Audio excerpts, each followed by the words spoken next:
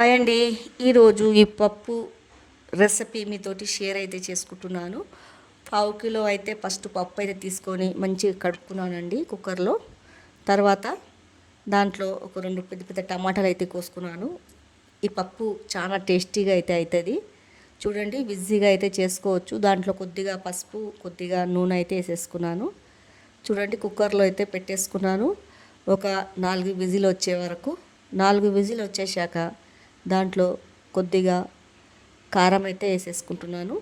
తర్వాత మెల్లగా ఇట్లా కొద్దిగా పప్పు గుత్తితోటి ఇలా అనేసేయాలండి. ఎందుకంటే కొద్దిగా మెత్తగా అయితే కావాలా.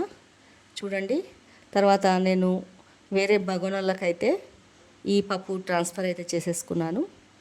దాంట్లో కరివేపాకు, పచ్చిమిర్చి ఒక 5-6 చీరేసుకున్నాను, కొత్తిమీర వేసుకున్నానండి.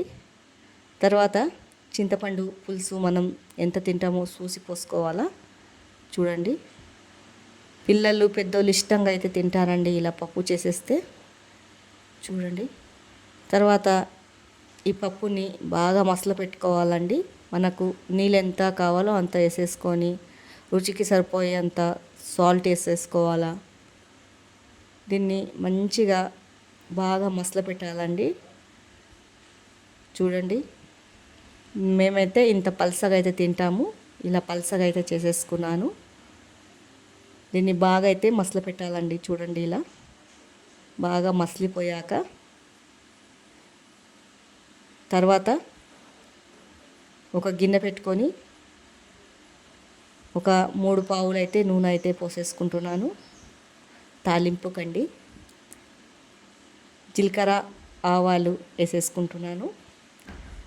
మనకి ఎల్లిపాయలు వేసేసుకోవాలండి. దంచి వేసుకున్నాను ఎల్లిపాయలు.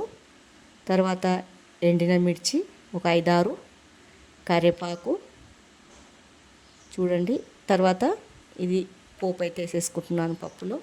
టేస్టీ అయిన పప్పు అయితే బిజీగా అయితే రెడీ అయిపోతుందండి. పిల్లలు పెద్దోళ్ళు అయితే ఈ పప్పు ఇష్టంగా తింటారు. దీని వెంబడి చికెన్ ఫ్రై అయినా, పాపడాలైనా, పచ్చడైనా పెట్టుకొని అయితే తినొచ్చు. మీకు ఈ వీడియో నచ్చినట్లయితే లైక్, సబ్స్క్రైబ్ అయితే చేసుకోండి.